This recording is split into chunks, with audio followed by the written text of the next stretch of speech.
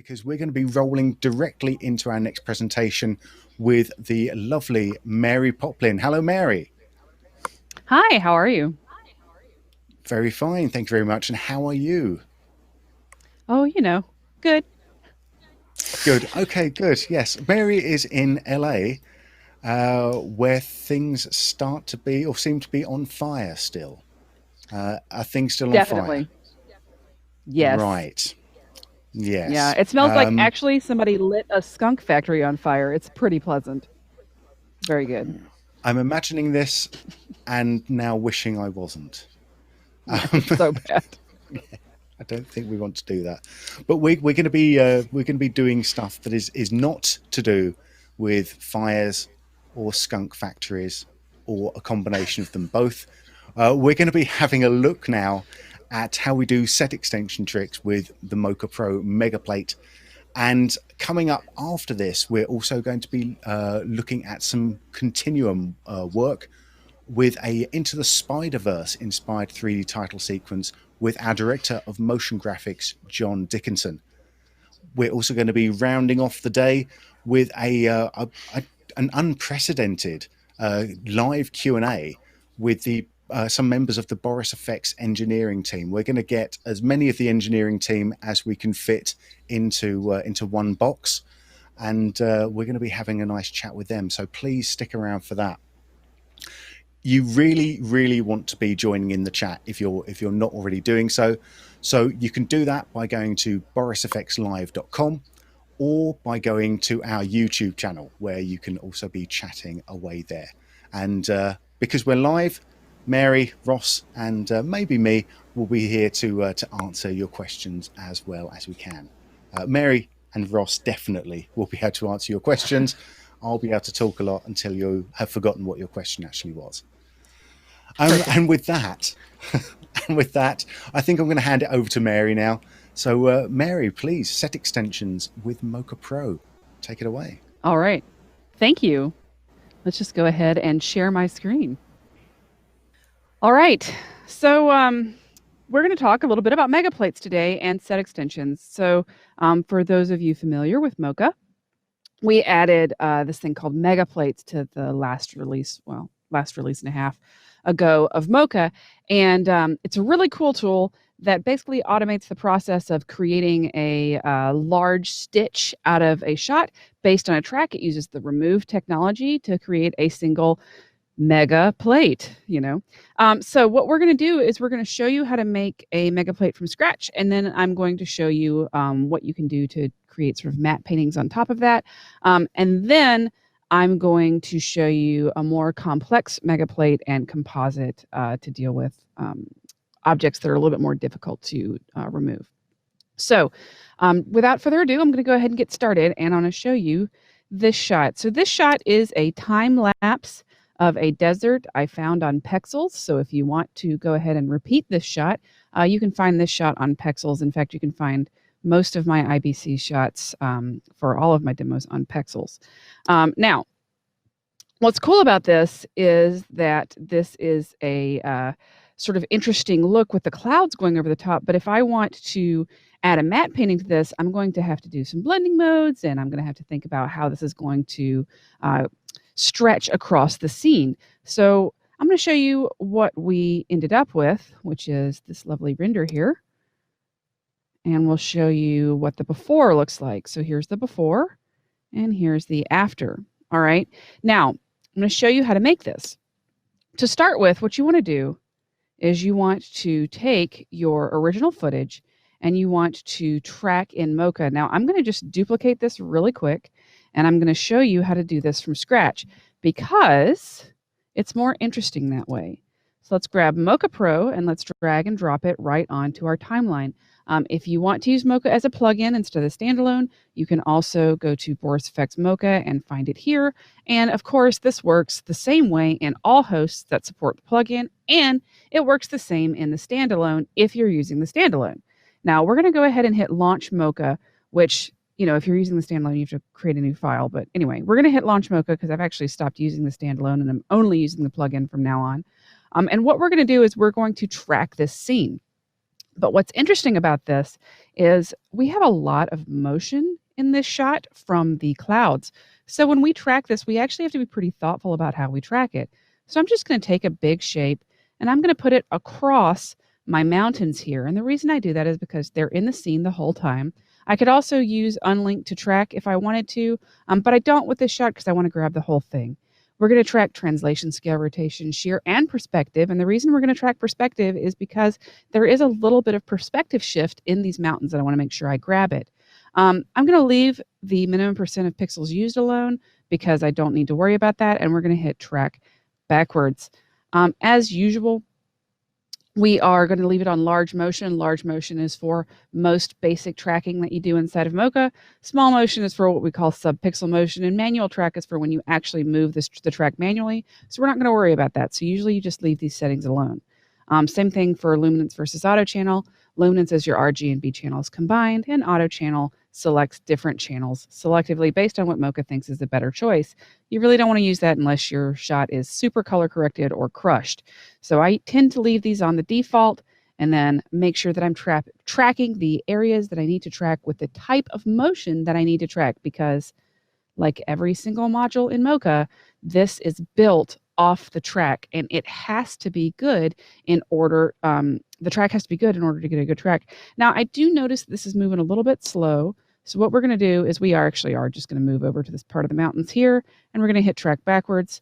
And what you're going to see is this is going to track a little bit faster. And the reason for that is because we're tracking less pixels. Because again, Mocha is a texture tracker. And what it does is we track all of the texture that's inside of this shape. And then our surface tool is what the track is actually doing. And you can see that the surface tool and the shape are moving the same. But if I were to unlink the surface tool from the track over and link to track, the surface tool and the shape would be doing something totally different. And sometimes that is the best call. Sometimes you do want to use unlink to track. I don't really want to use it in this shot. Now, the other thing you'll notice about this shot is that there are a lot of flickers in this shot. And the reason for that is because this is a time lapse. So it's a camera that's stuck on a tripod, and it takes a shot at a defined interval. Okay. And that's what creates the clouds moving so quickly over time. But what that also does is, because we are shooting outside in the daylight, it creates a lot of flickers over the top of our image. And we need to think about that when we are going to create our matte painting. So we need to think about how we're going to blend that back in with the shot and what we're going to do to match the lighting over time. We could also try to remove the lighting using like a flicker fixer or something like that. But in this case, we're not going to. We're going to try to blend it back in with the top. But Continuum does have a flicker fixer that you could try to use to get out this sort of flicker in the image. Now we're almost done tracking, and you can see that perspective is shifting properly over time. And what we're going to do is we're going to take this scene, and you can see how fast we're tracking because we're tracking with GPUs. It's still a long shot.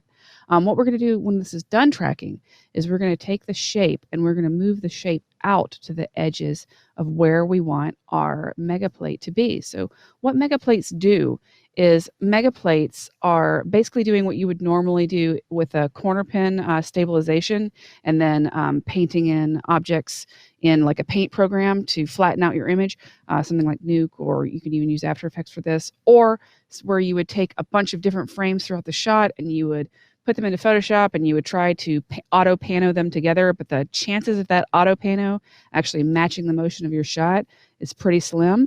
We're going to show you how to build this based off the track. So the first thing I'm going to do is I'm going to jump somewhere into the middle of the shot. The reason I do that is because I want to make sure that when I'm creating my megaplate, that I am creating my megaplate from the middle and not either end. That's going to make the lens distortion over time less noticeable, because when you are blending in a bunch of frames over time, there is lens distortion in every single frame. The closer you get to the edges, the more that lens distortion is apparent. So we're going to take our shape here, and I'm going to just go ahead and use the Uber key. Actually, let's delete all our keyframes. We're just going to delete all our keyframes, and I'm going to pull this shape out.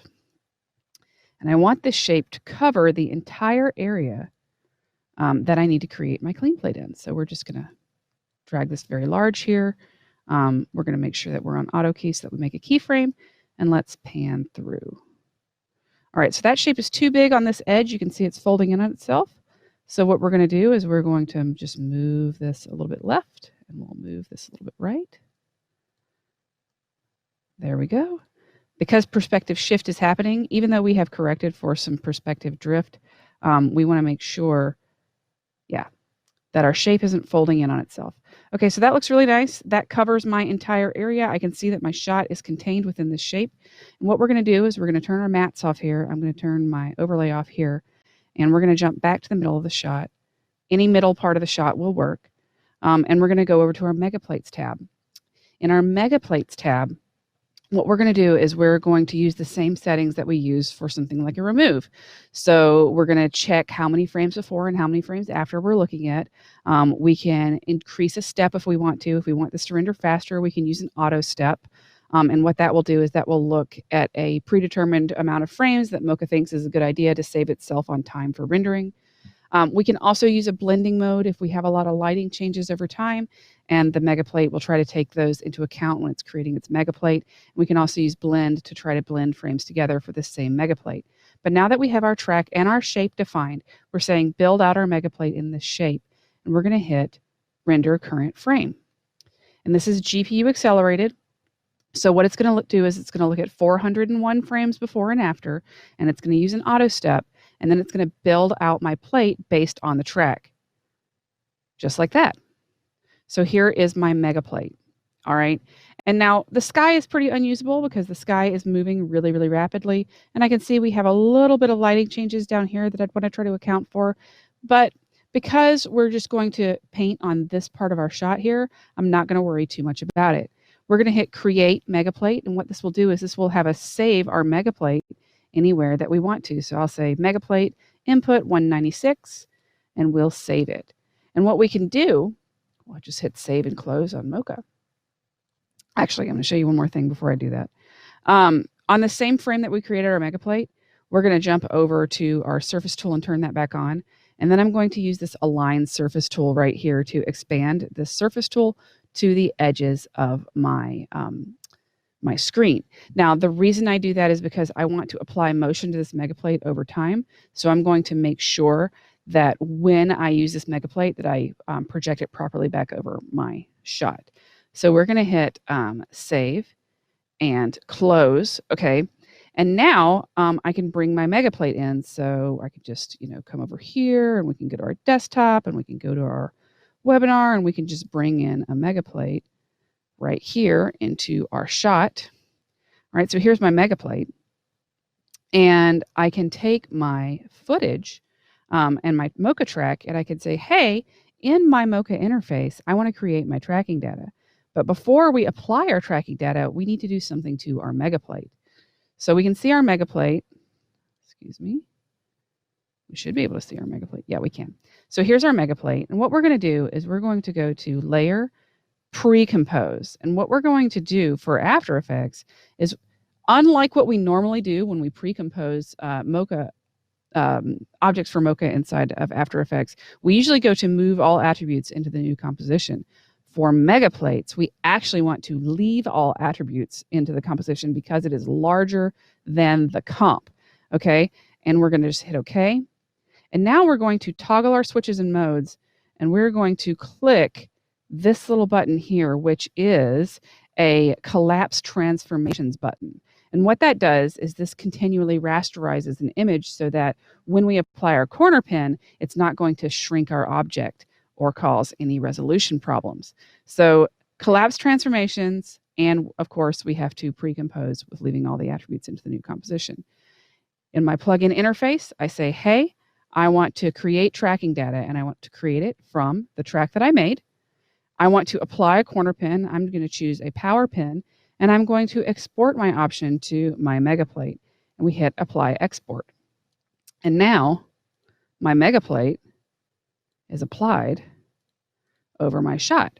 So what I can do is I can start to create a matte painting inside of this Mega Plate. Now, I'm not going to really create a matte painting from scratch here for you, but what we can do is we can put an object over the top of this, and I'll show you what that ends up looking like. So let's hide these.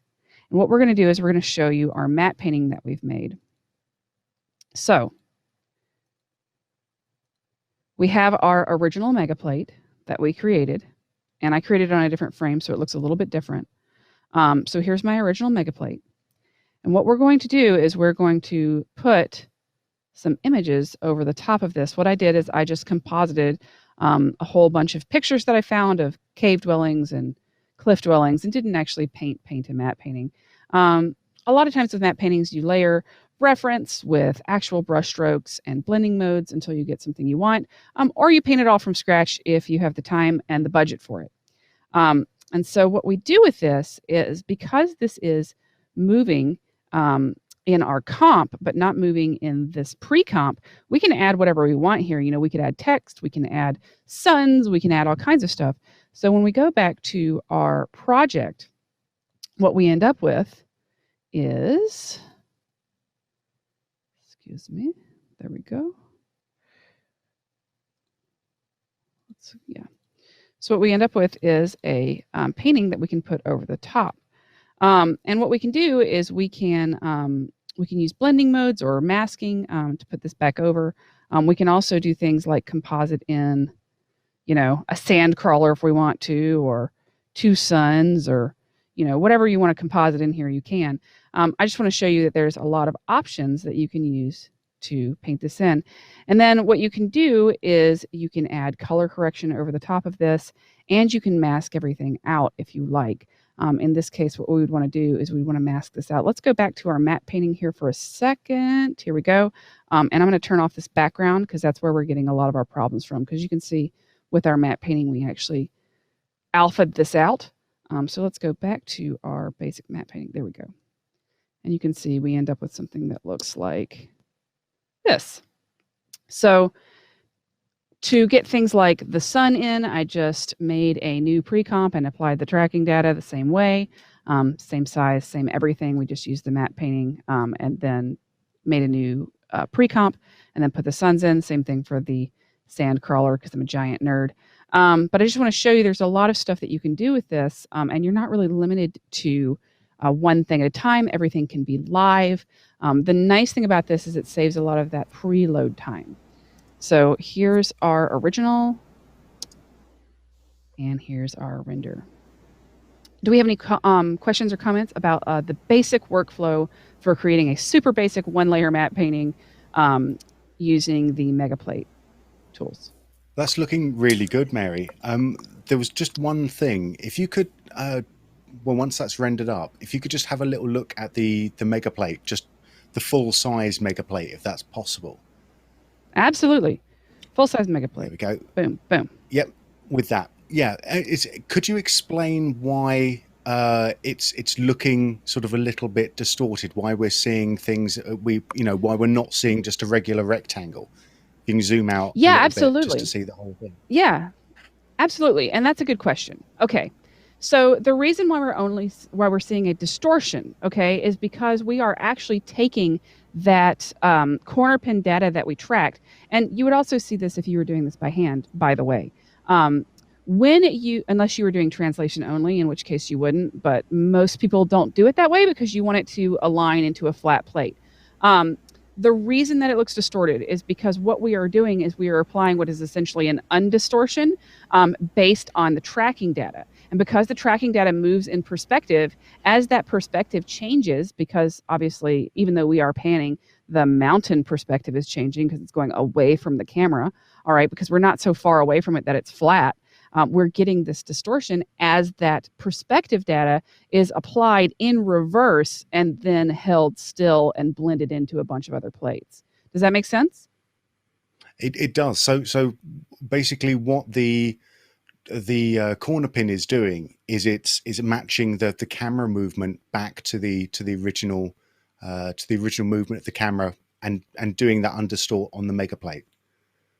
Exactly. Yeah, it's basically like it's like pinning it into place, but pinning it into place with the motion the same way you would see it in the stabilized module, or if you did reverse stabilization.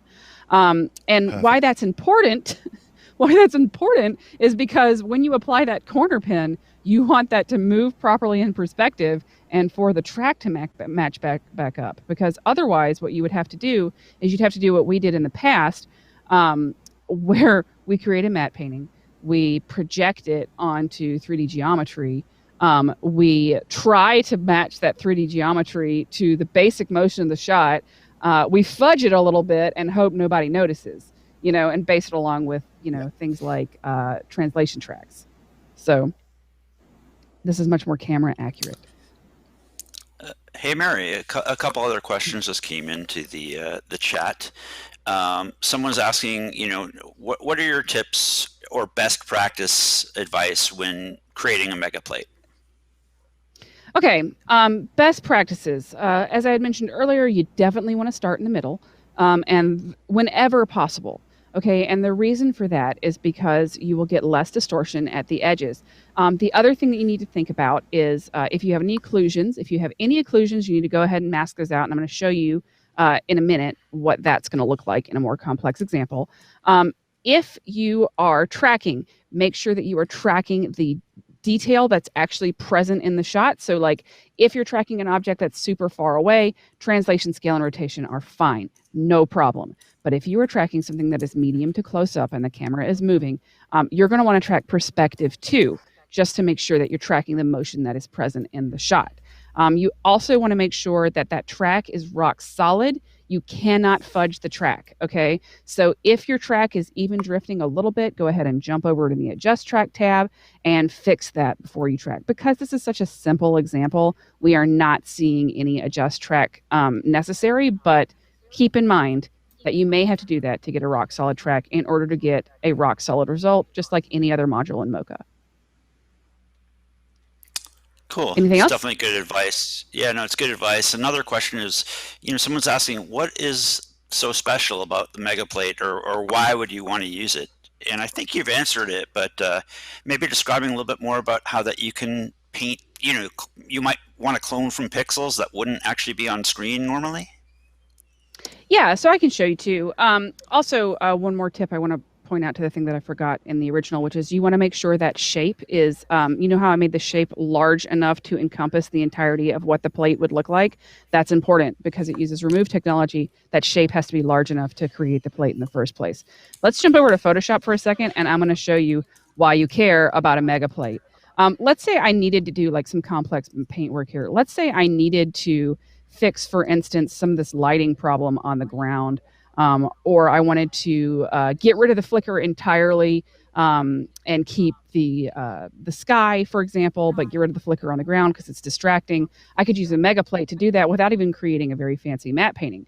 But if I took a sample the same way Mocha is doing and built my own clean plate, A, I would have to spend time doing that. And B, I would maybe try to do paint work. But what we're going to do instead is we're just going to paint this every time. So what I can do is I can come in here and I can just like, clone this detail in, for example. And what we can do is we can like get rid of these lines. And then what I could do is I could, bring this back into my shot. But it's also that like when you're creating a matte painting or something like this, you want to be able to see the whole object so that when you're creating your plate, you know what it's all going to look like before you try to just composite little tiny elements into your shot based off of tracks. Also, a lot of times in pre-production, before you start working on the shot or even while you're in production and post-production, directors have a lot of opinions. I don't know if you noticed. They have a lot of opinions. They like to see stuff first, and whatever you can show them to visualize how this is going to look, the easier you can get shots done on time.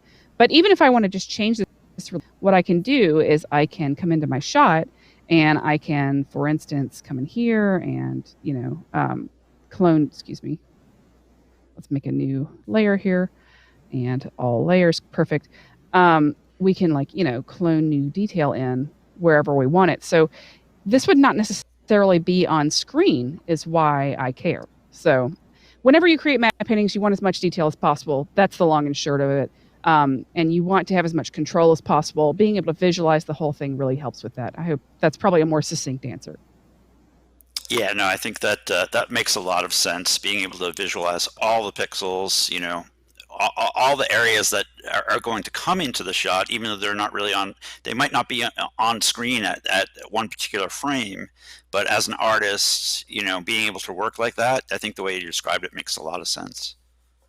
Yeah, absolutely. And let's show you a more complex example than this. This is just, I want you guys to understand the technique before I go into a shot that takes a little bit longer, and don't necessarily want you to have to wonder what the heck, like how that happened, right? Because when we talk about techniques, we want to talk about the basics first and then the cool stuff you can do with it, right? And I'm always interested to see the way our users use stuff, like I mentioned in a talk we did yesterday. The basic techniques then get applied in ways that are super interesting, and we love to see the way you work. And I'm going to show you some of the ways I work. So for this shot, I wanted to do something kind of silly and a little bit surreal. I think this is the balloon festival in New Mexico that happens in Albuquerque.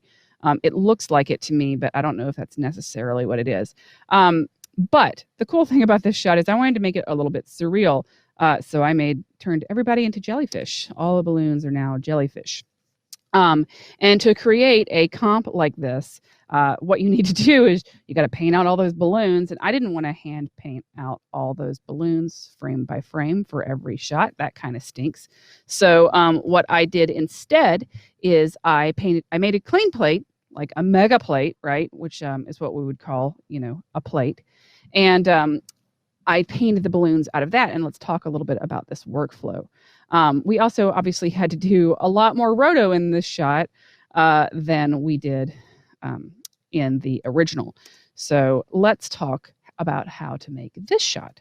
So the first thing that we're going to do to create this sort of shot, and don't be fooled by how deceptively simple this looks. There's actually a lot of layers in our matte painting comp.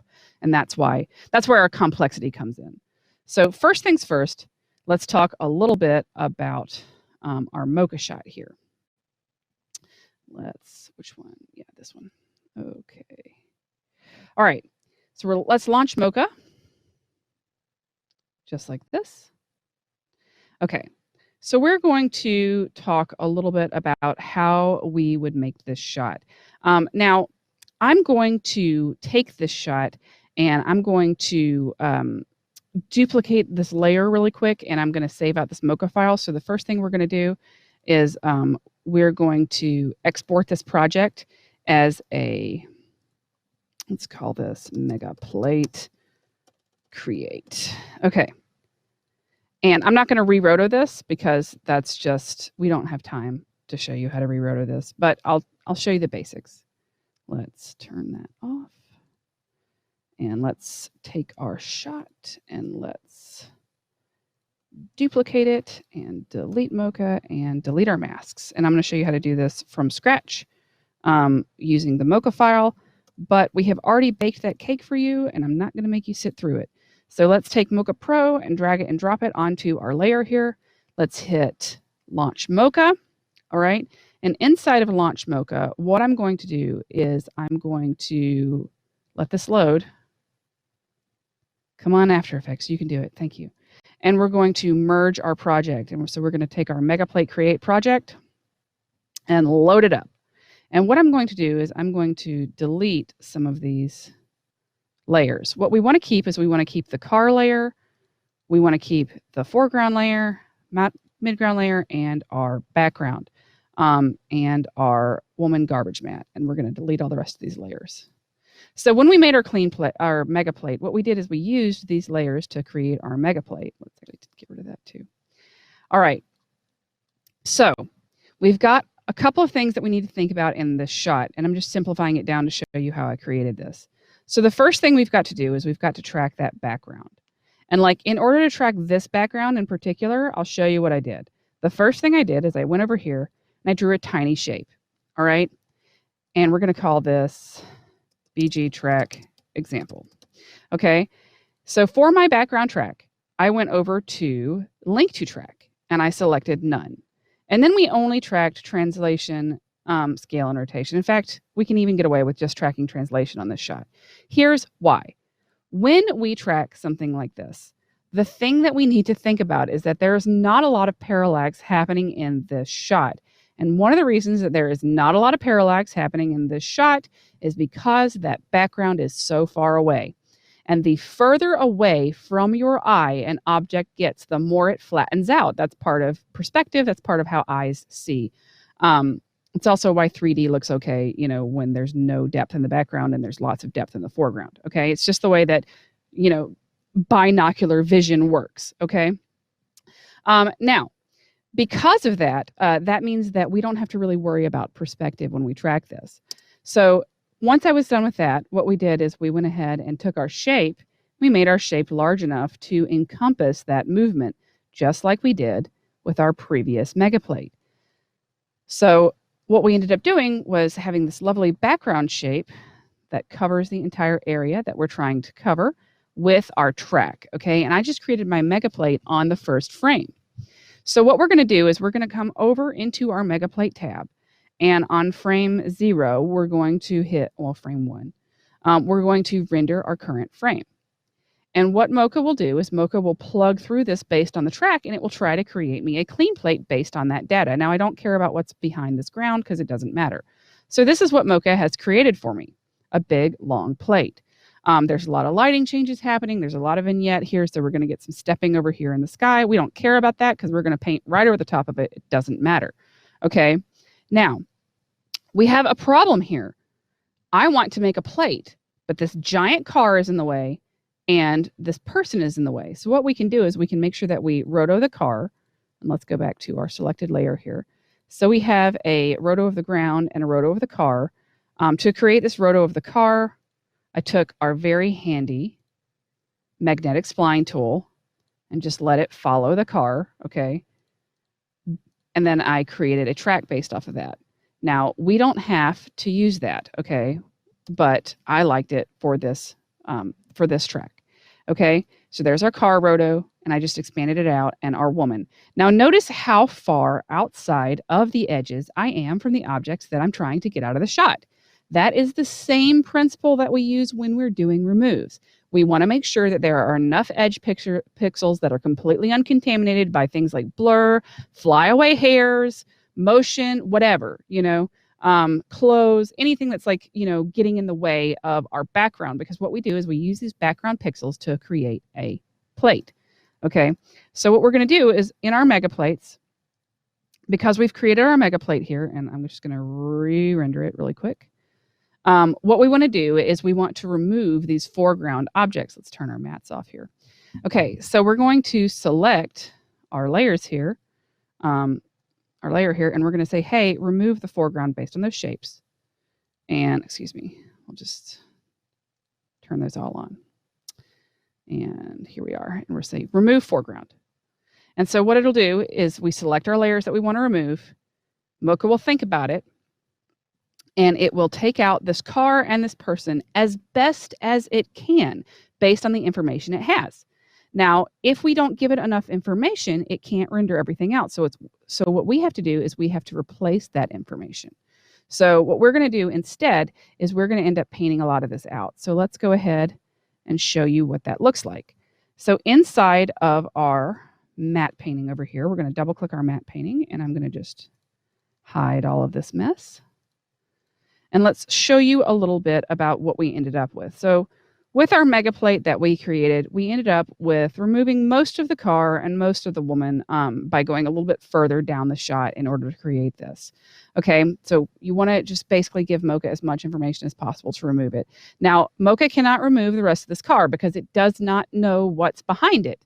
Okay, so what I can do is I can paint this out, and you can either paint this out in Photoshop if you like. So, you know, you can create something that looks like this, or you can use Silhouette Paint inside of After Effects or Nuke or whatever compositing program you're using. And in this case, what that would look like is I would come in here and I would start painting this out using my clone tools. Now, inside of the Silhouette tools, what we can do is we can select clone, or we can just select colors. And the nice thing about colors, so let me show you really quick, is you can right click to select colors. So for things like the sky, we can just paint these out really quick. I mean, just super fast based on color selection. And let's just make this a little bit smaller. There we go. Or we can start painting out things like the car based on our clone tools, just like this. And the nice thing about clone tools is we can move to output instead of foreground. And so now when we paint over, we're painting over what's visible and painted over already. So that gets really handy because it allows us to fill in data from places we've already painted. So I definitely recommend that as well. So there's many techniques that you can use. You know, I always say there's just more than one way to do something, right? Like as the saying goes, there is more than one way to skin a cat. There is more than one way to clean a mega plate, okay? So make sure that when you are painting your shot, that you are being thoughtful about what you're doing and that you are using the right tools for the job. Everything is about the right tools for the job. Okay, so I'm not going to go through and paint this completely while you're watching because honestly, like that's probably about like watching paint dry. But suffice to say, you can use all of the tools inside of the Silhouette package that you would use to normally paint on objects. So for instance, you can use things like the blemish tool to fix blur and grain problems, to, you know, hide any sort of small objects that you can just get rid of really quickly. You know, just like this, and fix the striations in the sky, da, da, da, da, da. Okay, there's a lot of stuff you can do with this. So don't be shy about using these tools. And let's just for the purposes of showing you how this looks, let's get at least these balloons out of the sky so that we can show you what this will look like back in the scene. And let's just blend these out, blend, blend, blend. I love the blemish tool. It is like the ultimate cheater tool because what it is a blur and a grain together, and it, you know, ends up hiding a lot of stuff about your shot if you're trying to get rid of stuff. There we go, just like that. All right. It's basically like the heal tool in Photoshop. All right, and you can also come in here and use the detail brush for the same. So if I wanted to clone in detail, I could while keeping the same lighting. Pretty cool. All right, so that is Silhouette and painting on a flat plate. So now if we save this and we close it, what we can do is we can go ahead and hold the frame and paint back to our timeline really, really quickly. So that's Silhouette paint, just painting live on a plate inside of your comp. And what's cool about that is you can just change it at any time and it's just automatically updated in whatever you're doing because we're plugin based. Everything is live and non-destructive. And I love the non-destructive aspect of this. If you painted something in Photoshop, for example, that's destructive. Those pixels are there. They're not changing, okay? You can't change them over time. They don't animate. You can't do anything with them. It's just a flat image. So in some ways, Silhouette paint can be really cool to use for this type of thing, especially if you want to animate in a moving sky. You can use that as a separate layer instead of Silhouette. And that's a separate source is what it would be.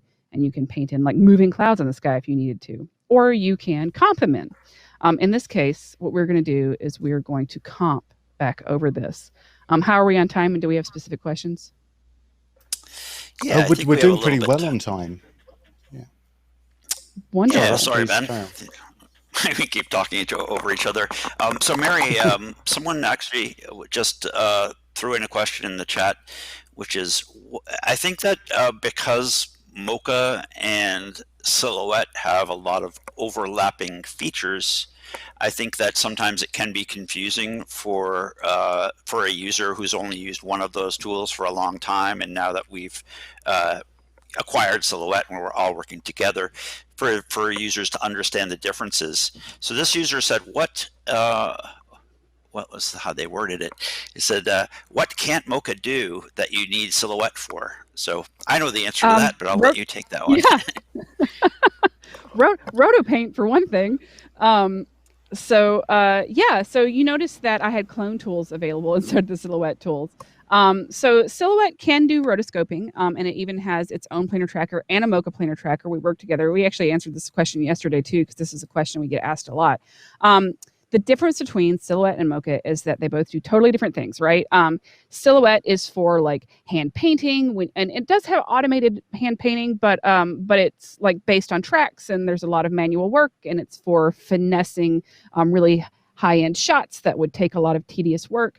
Whereas Mocha is more of an automation tool, right? Like it's based on a track. It is for rotoscoping and for tracking. And yeah, you can use Silhouette for rotoscoping and painting, but they are different packages meant for different things. So you can't do a mega plate in Silhouette without stabilizing your shot and building it out with paint and working on something like that, you know, and it's still going to be like at the size of the shot if you're using the plugin. You can also use Silhouette as kind of like a compositing tool, and you can kind of use Mocha that way too. So there's some similarities, but in general, the difference is roto paint and more manual adjustments. Mocha is really more for things like automatic removes, automatic stabilizations, with a little bit of finessing work on your end to get things perfect. So, and if you have anything to add to that, Ross, please do. Well, maybe if you don't mind bringing up your web browser, Mary, and just we can point the viewers to the Compare Mocha Silhouette chart. I think that's actually a really nice, useful resource for users. That's found under the Boris website at borisfx.com. Under the Mocha section, you'll find this Compare Mocha chart, which might be useful. Yeah. Give me 1 second to find that. There we go. As you're doing that, I'll just mention that to be clear that we have two versions of Silhouette available. We have Silhouette as a standalone application, which is a full-blown compositing, paint, tracking, rotoscoping. It's an OFX host, so you can run Sapphire plugins inside of Silhouette. So yeah, the full-blown Silhouette is quite powerful.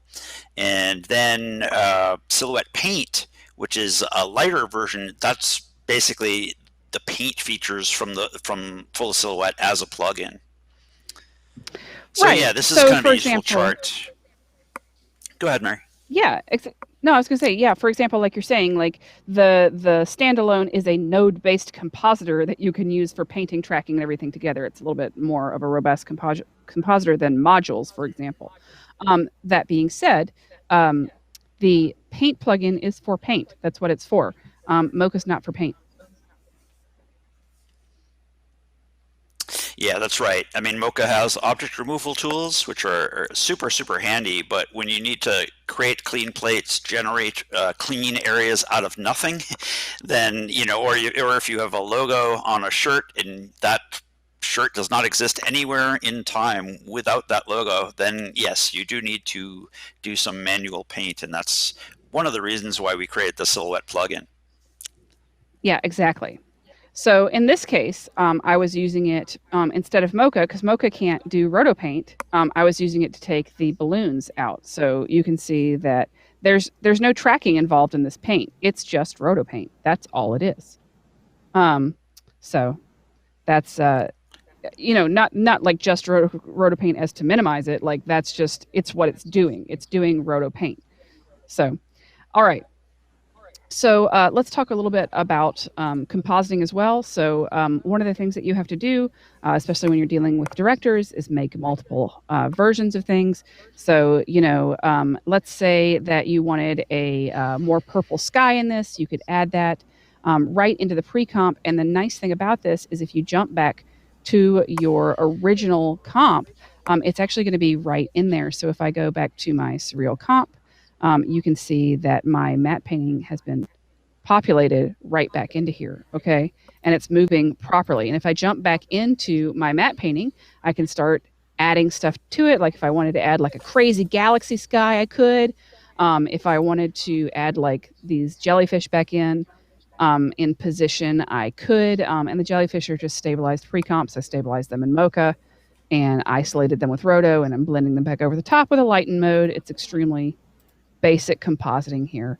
And what you can do is you can even duplicate these. So if I like feel like I want more of these layers, I can go ahead and duplicate this and move it over just like this.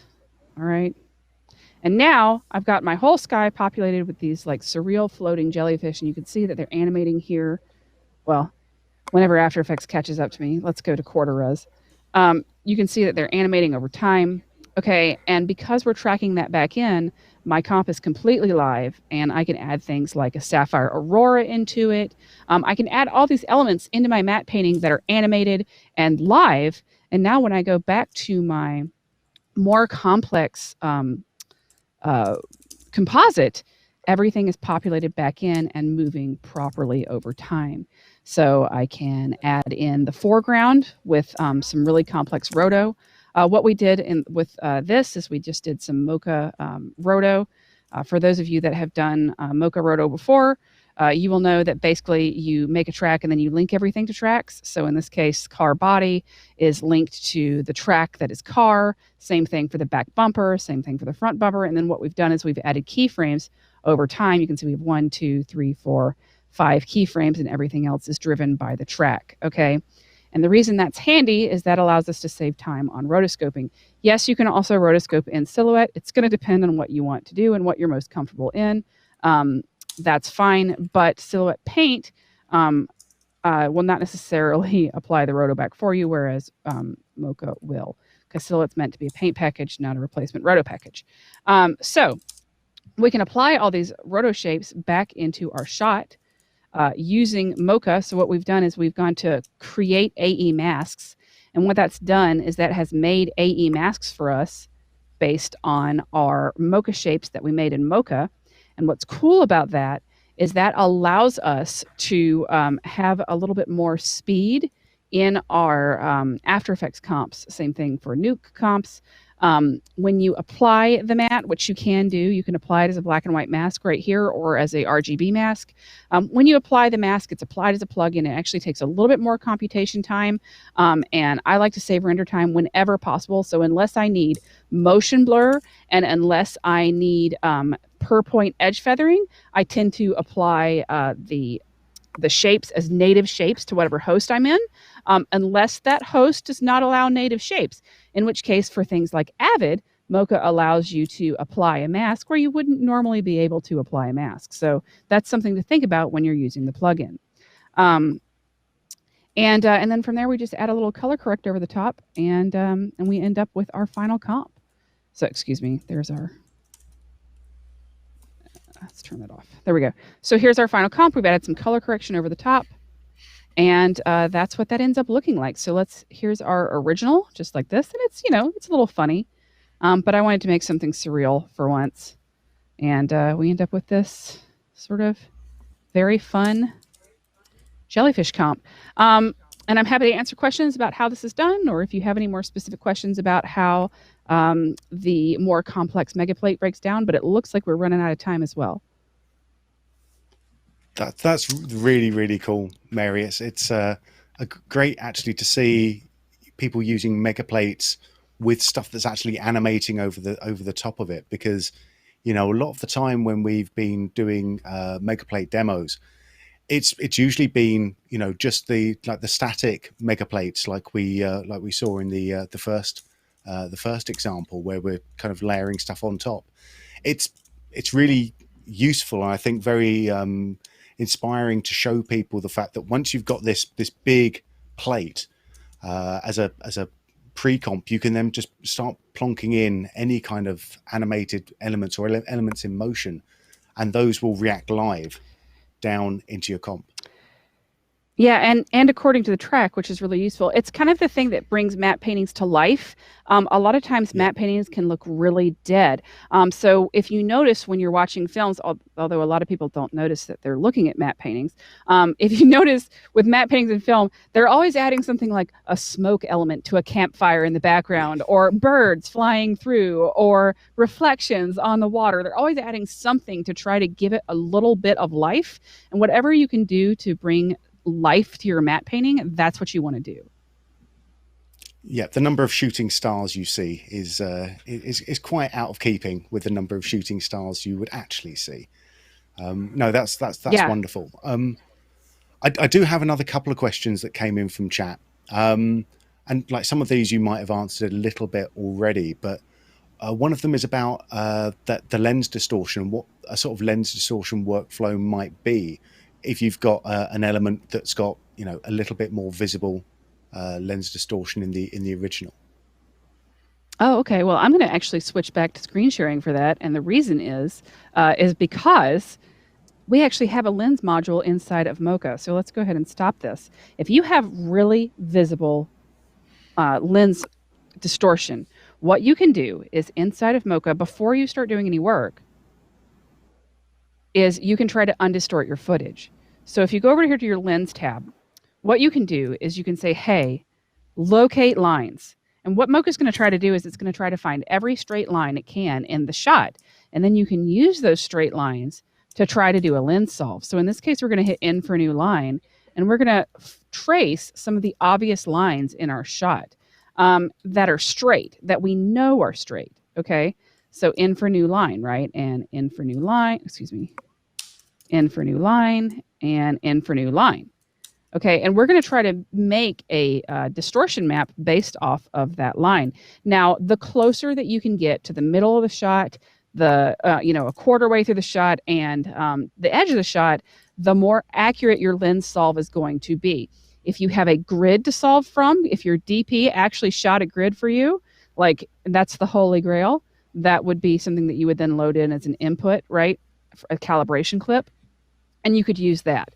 And then once you're done, you can calibrate for a lens. So in this case, this would probably be a 1 parameter lens distortion. I have never distorted this, so let's see. Yeah, that's not accurate. Because we're dealing with curves on a car and not straight lines, we're not going to get an accurate solve for this shot. But what you can see is that it will try to calculate the curves based on the information that you give it. And the important part is that the information you give it has to be good and has to be straight in organic lines. All right? Yeah, no, that's great. That's what we needed. The fact that there is, you know, ways of handling lens distortion directly within Mocha before you take the Mega Plate out. That's very, very, very handy. Yeah, I would do an undistort out pass. Of time though. Yes. Perfect. Yeah, that sounds like a very, very good idea. We've got too many questions, but unfortunately, we have to get on to giving away free stuff. But I want to say thank you very much, Mary. That was wonderful. I mean, we could easily have done, you know, a lot more time on Mega Plates. It's just great to see like some of the different examples that you've come up with to blend together the Mega Plates plus the roto plus the paint stuff, the silhouette paint stuff. It's really, really interesting and you know, nice, greatly put together presentation. Speechless again. Oh, thank you. And yeah, don't forget Sapphire. We threw Sapphire in there too. And Sapphire, of course. Yeah, I mean that's the lovely thing about having so many products under the Boris FX umbrella is that you can just mix and match so many different things together. It's Absolutely. wonderful. Yeah.